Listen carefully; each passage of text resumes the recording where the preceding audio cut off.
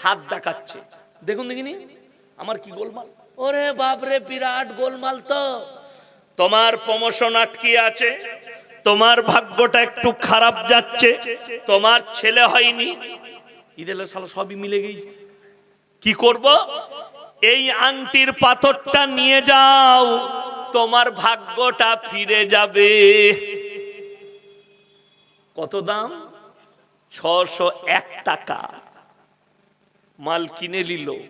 আমি খালি অবাক হয়, যে লিখছে সে 1 লাখ বেতন পায়, যে দিচ্ছে সে ছিঁড়া চটে বসে আছে, একবারও জিজ্ঞেস করছে না এই ভাগ্যের পাথরটা তোর গলায় বাঁধ, কাল থেকে মমতা খালার পাশে থাকবি। কথাটা বুঝতে পারেননি আমার? ভাগ্যের পাথরটা কার প্রয়োজন? যেমন আমাদের দেশের লোক আমাদিকে এসে বলে, হুজুর একটা বরকতের তাবিজ দেন তো। তাইলে আমার বেতন 5,000 আর তুমি প্রত্যেক দিন দোকানে 50,000 টাকা রোজগার করো, তাবিজটা তোমার প্রয়োজন না আমার? কথা বলে না? আমার প্রয়োজন, যে তাবিজটা আগে আমাকে দেন, আমার বরকতটা কি করে আসবে। কিন্তু দুঃখের বিষয়, হুজুরকে বলছে হুজুর আপনি তাবিজ দেন। যদি তাবিজে বরকত হতো তো বর্ধমানের রাইস মিলের মালিক তো আমরা বাপ বেটা হতাম। মার তাবিজ একটা নেলে মাল। কথাটা বুঝতে পারেননি? কিন্তু ওটা তো নয়। বরকত আপনি পাবেন, নাম্বার 1 আপনাকে নামাজি হতে হবে। সবাই হবে, জোরে বলুন ইনশাআল্লাহ। বিসমিল্লাহির রহমানির রহিম। ইকরা বিসমি রাব্বিকাল্লাযী খালাক, খালাকাল ইনসানা মিন আলাক, ইকরা ওয়া রাব্বুকাল আকরাম, আল্লাযী আল্লামা বিল কলম, আল্লামাল ইনসানা মা লাম ইয়ালাম, ওয়া ইলা মাদিয়ানা আখার। ফাউজ বিল্লাহি মিনাশ শাইতানির রাজীম। বিসমিল্লাহির রহমানির রহিম। কুলিল্লাহুম্মা মালিকাল মুলকি তু'তিল মুলকা মান তাশা ওয়া তানজিউল মুলকা মিম্মান তাশা ওয়া তুইজ্জু মান তাশা ওয়া তুদিল্লু মান তাশা বিয়াদিকাল খায়র ইন্নাকা আলা কুল্লি শাইইন কাদির। ইলা আখিরিল আয়া। খায়রুকুম মান তাআল্লামাল কুরআন আল্লামাহু কামা ক্বালা আলাইহিস সালাতু ওয়াত তাসলিম। মাননীয় শ্রদ্ধেয় জ্ঞানী গুণী মানী সম্মানী আজকের এই জলসার মাননীয় সভাপতি মহাশয়, শ্রদ্ধের উলামায়ে ইকরাম, হুফাজে ইকরাম, স্নেহের তালাবায়ে আজিজ, আর আমার জ্ঞানী গুণী মানী সম্মানী মাননীয় শ্রোতা মণ্ডলী, পর্দার অন্তরালে পর্দা নসিব মায়েরা এবং বোনেরা, আল্লাহর বড় দয়া কৃপা ভালোবাসা আমাদের প্রতি, গোটা বিশ্বের প্রতি। সবাই আল্লাহ শুকর আদায় করে হৃদয় থেকে বলি আলহামদুলিল্লাহ। তারপরে পরে বিশ্ব নবী জানাবে মুহাম্মাদুর রাসূলুল্লাহ, সকলে বলুন সাল্লাল্লাহু আলাইহি ওয়াসাল্লাম। তিনার প্রতি শত কোটি দরুদ বর্ষিত হোক, বলুন আমিন সুম্মা আমিন। হিন্দুস্তানের মাটিতে বিভিন্ন রকমের প্রবঞ্চনা দেওয়া হচ্ছে কিছু অশুভ মানুষের দ্বারা। ইসলাম কিন্তু পরিষ্কার পরিচ্ছন্ন, সুন্দর এবং উদারতায় পরিপূর্ণ। ইসলামে বাড়াবাড়ি নেই, মারামারি নেই, কাটাকাটি নেই, ঝামেলা নাই, ঝঞ্ঝট নেই। একটা মানুষ চোর হলে গোটা কম কখনো চোর হয় না? হয়? হবে না। একটা মানুষ খারাপ হলে তার পুরো গ্রামের মানুষ কিন্তু খারাপ হয় না। এটা মাথায় রাখবে। ব্যক্তি খারাপ হতে পারে, কম খারাপ নয়। ওই জন্যে এখানে যদি কোনো অমুসলিম ভাই এসে থাকে, ইউটিউব ফেসবুকে আমার জলসা শুনে চলো ইয়াসিন ভাই আসছে, একবার ওখানে কি বলছে দেখে আসে, তাদেরকে আমি ওয়েলকাম জানাবো, স্বাগত জানাবো, সাদরে গ্রহণ করব। ইসলামের ইতিহাস শুনে যান, নবীজি সাল্লাল্লাহু আলাইহি সাল্লামের আখলাক আর চরিত্র। কোরআনের একটা মারাত্মক ভাষা, আল্লাহর উপদেশ পৃথিবীর মুসলিমদের জন্য, মুমিনদের জন্য, অন্যদের জন্য নয়। কাদের জন্য বললাম? মুমিনদের জন্য। তোমরা কারু দেবদেবীকে গালি দিও না, কারু দেবদেবীকে গালি দিও না, সে তোমার আল্লাহকে গালি দিয়ে বসবে। আপনি যদি কারো ঠাকুরকে গালি দেন, সে আপনার আল্লাহকে দিবে না? দিবে না। সাধারণত কোনো ছেলে যদি কোনো ছেলেকে মা তুলে গালি দেয়, তা সে ঘুরিয়ে দিয়ে দেয়, বরদাস্ত করতে পারে না। তো কেউ যদি কারুর ওপরে আস্থা রাখে আল্লাহ ব্যতীত অপরের ওপরে, তোমরা তাদেরকে গালি দিও না, বরঞ্চ বুঝাও, বরঞ্চ বুঝাও। হযরতে ইব্রাহিম নবী তিনি গালি দেননি দেবদেবীদেরকে। ইব্রাহিম নবীর বাপের তিনটে কাজ ছিল। কটা বললাম? তিনটে। মূর্তি তৈরি করা, মূর্তি বিক্রি করা, আর মূর্তির উপাসনা করা। এই তিনটে কাজ ইব্রাহিম নবীর বাপ করতেন। ইব্রাহিম নবী নিজের আব্বা জানকে দাওয়াত দিলেন, কি বলে? ইস ক্বালা লিআবিহি ইয়া আবাতি লিমা তা'বুদু মা লা ইয়াসমাউ ওয়া লা ইউবসিরু ওয়া লা ইউগনি আনকা শাইয়্যা। সূরা মারইয়াম, কোরআন। আল্লাহ তাআলা বললেন, আমার ইব্রাহিম দাওয়াত দিলে হে নবী, কি বলে? আপনি যাদের উপাসনা করছেন তারা হাত পা নাড়তে পারে না, কথা বলতে পারে না, নিজস্ব কোনো যোগ্যতা নেই। ইব্রাহিম নবী রিওয়ায়েতে আছে একটা মূর্তি ধরে ছুঁড়ে দিয়েছিলেন, ভেঙে চূর্ণ বিচূর্ণ, কিছুই নেই। আপনি এই শয়তানের রাস্তা ছাড়ুন আর আমার আল্লাহকে বিশ্বাস করুন। ইব্রাহিম নবী নিজের আব্বাকে এইভাবে দাওয়াত দিয়েছে এবং প্র্যাকটিক্যাল দেখিয়েছিলেন ওটা বাপ বলে, কিন্তু গালি দেননি। আপনারা অনেকে ভাবছেন, যাদের ঈমান একটু দুর্বলতা আছে তারা শুনে যান, যে ভারতে হিন্দুস্তানের মাটিতে কটা কুত্তা ভুগছে, দিল্লি, বোম্বাই, उत्तर-प्रदेश, ইসলাম মিট जाएगा, কোরআন को मिटा देंगे। আসামের মুখ্যমন্ত্রী হিমন্ত বিশ্ব শর্মাজির একটা আমি এক সপ্তাহ আগে ক্লিপ দেখলাম। তিনি বলছেন ইসলাম मिट जानी चाहिए, करुणा की तरह मिट जाना चाहिए, मैं मिटा दूंगा। मेरे दोस्त, आप सीएम हैं, सोच समझकर बात करनी चाहिए। आप तो बड़ी दूर की बात है। फिरौन आया था मूसा को मिटाने, खुद मिट गए। नमरूद आया था इब्राहिम को जलाने, खुद खत्म हो गए। আপনারা কি মনে করছেন এই যারা নবীজিকে গালি দিচ্ছে, দাড়ি টুপিকে গালি দিচ্ছে, কোরআনকে গালি দিচ্ছে, এটা আজকে?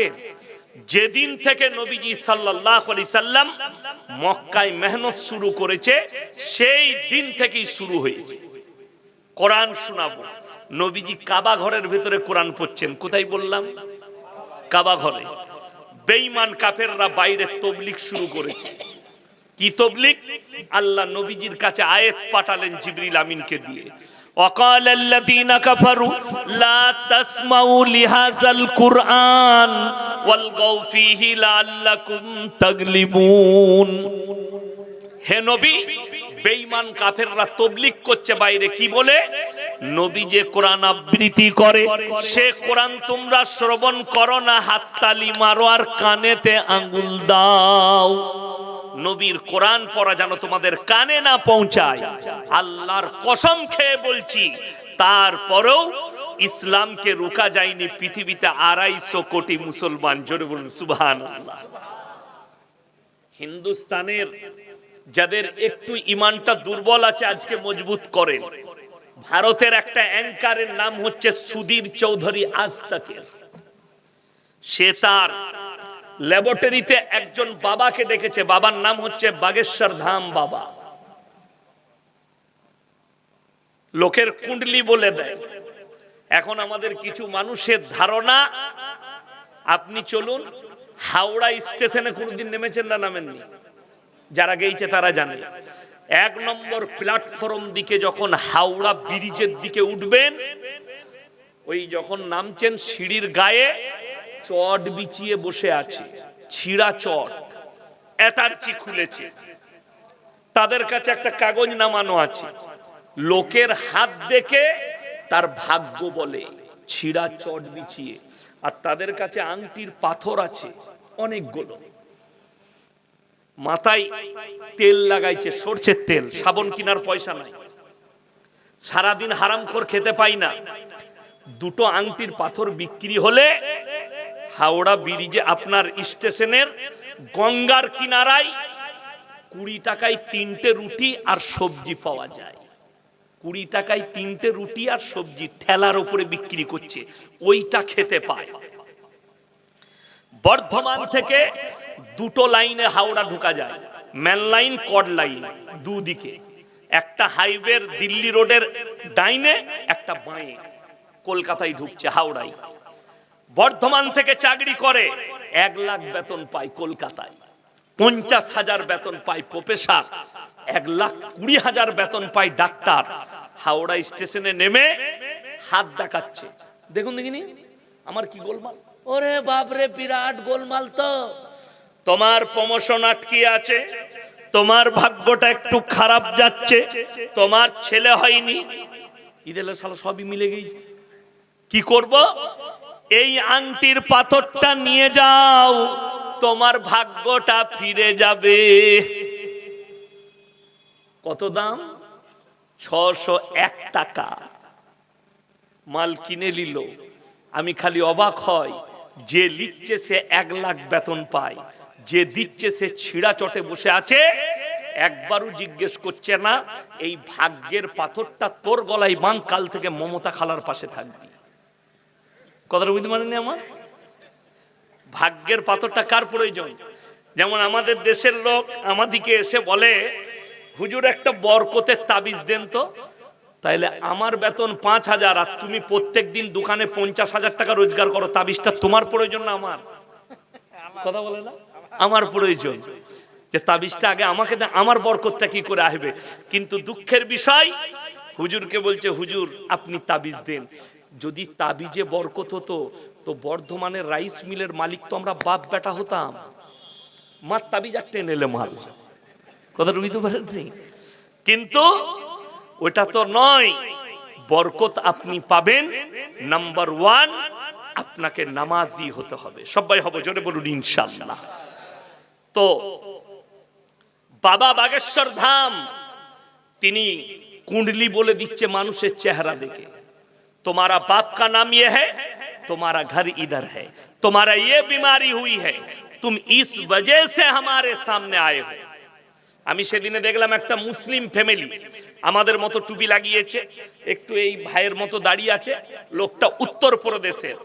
বাবা हम आपको बहुत मोहब्बत करते हैं, आप पर फिदा है, आपके पास ऊपर वाला का शक्ति है। এরা বলছে আমাদের মৌলবীরা তো কিছুই জানে না, বাবা বলে দিচ্ছে। আরে মূর্খ মুসলমান, শুনে যাও, এই বাবা বাগেশ্বর ধাম কুंडली বলে দিচ্ছে, বহু মুসলমান ঈমান হারাচ্ছে। তোমরা তো শুধু বাগেশ্বর ধামকে দেখলে, আগামীতে যখন দাজ্জাল আসবে মেঘ থাকবে না, বৃষ্টি বর্ষণ করে দেখাবে, মৃতকে জীবিত করে দেখাবে, তখন তোমরা তোমাদের ঈমান কোথায় রাখবে? বাগেশ্বর ধাম বাবাকে ল্যাবে ডেকে বলছে, বাবা आपको एक आंकड़ा सुनाएंगे। যারা ভাবছেন ইসলাম মিটে যাবে, যারা ভাবছেন কোরআন মিটে যাবে, তারা ভালো করে শুনেন। কে শোনাচ্ছে? একজন অ্যাঙ্কার সুদীপ চৌধুরী। বাবা क्या है? তিনি কাগজ বার করলেন 2015 से 2021 तक, 2015 থেকে 2021 ক বছর হচ্ছে? মাত্র 6 বছর। 6 বছর। এই 6 বছরের ভেতরে কতগুলো অন্যান্য ধর্মের মানুষ ইসলাম কবুল করেছে, কতগুলো অন্যান্য ধর্মের মানুষ সনাতন ধর্ম কবুল করেছে। বাবার কাছে যখন আঁকড়া চাওয়া হচ্ছে, বাবা তখন বললেন, সেই রিপোর্টার বলছে যে 2015 से 2021 तक 13 लाख लोगों ने इस्लाम को कबूल किया। जोरे बोलूं सुभान अल्लाह। 13 লাখ 6 বছরের ভেতরে অন্যান্য ধর্মের মানুষ ইসলাম কবুল করেছে, আর মাত্র 30,000 লোক 6 বছরের ভেতরে অন্যান্য ধর্ম থেকে সনাতনে গেছে। তার মধ্যে এক হারামের আওলাদ আছে ওয়াসিম রিজভী, তার মধ্যে আর এক হারামের আওলাদ আছে নাজিয়া ইলাহি খান কলকাতার, যে প্রতিনিয়ত ইসলামকে গালি দিচ্ছে। কষ্টটা ওই জায়গায় লাগছে। যারা নেতা থাকবে মুসলিমদের, যারা পার্লামেন্টে যায়, মুসলিম নেতারা যারা রাজ্যসভায় আছে, তারা যদি আর প্রতিবাদ না করে, আল্লাহর কসম খেয়ে বলছি, এদিকে কিয়ামতের দিন আল্লাহ দাঁড় করাবে, রেহাই পাবে না। কোরআনকে গালি দিচ্ছে, ইসলামকে, রসুলকে গালি দিচ্ছে, মুসলমানকে গালি দিচ্ছে। অথচ ভাই এত কথা বলবেন না, এখানে আমার ডিস্টার্ব হচ্ছে, প্লিজ। আমার ভাই, আপনাদিকে অনুরোধ করছি, আজকে এতগুলো মুসলমান বসে আছেন, নারী পুরুষ। এই থানাটা কোন থানা? ডালখোলা থানা। আমি ডালখোলায় এর আগে ট্রেনে নেমে জলসা করেছি, আগের বছর এক জায়গায়। এই ডালখোলা থানায় যদি এই মৌলবিদিকে বলি, আপনারা সমীক্ষা করুন কত পার্সেন্ট মুসলমানের কাছে দিনী শিক্ষা আছে, আমার মনে হয় 85% মুসলমানের কাছেও দিনী শিক্ষা নাই। ঠিক বললাম না ভুল বললাম? কষ্টটা কোথায়? অথচ আপনি জানেন প্রত্যেকটা মুসলমান নরনারীর জন্য দিনী শিক্ষা অর্জন করা ফরজ। আপনাদের দক্ষিণ দিনাজপুরে ছিলাম আমি এক সপ্তাহ আগে, তো তাদের মাদ্রাসার বাচ্চা ইংলিশে বক্তব্য দিল, কেউ উর্দুতে দিল।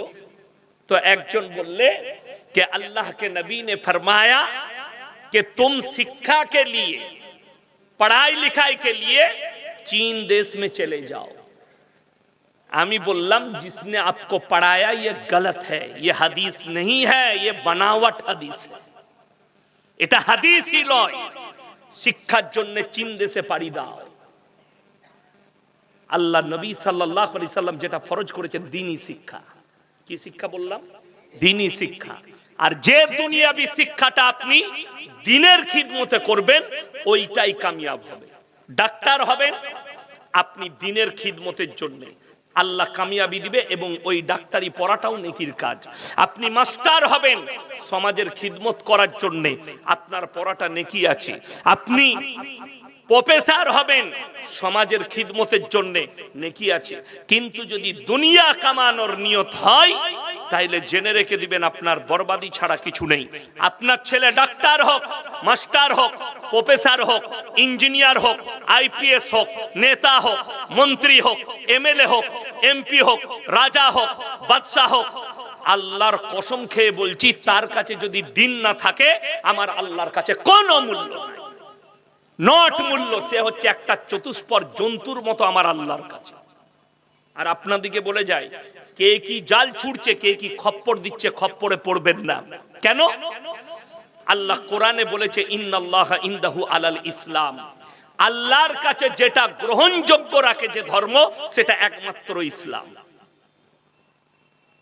সবাই বলুন এইখান থেকে বেরোবো না, সকলে জোরে বলুন ইনশাআল্লাহ। দিল আর দিমাকে তীরের মতো গেঁথেলেন যে আল্লাহ আমাকে মুসলমান করেছে, এটা আল্লাহর কৃপা। আল্লাহ আমাকে মুসলমান করেছে, আল্লাহর কৃপা।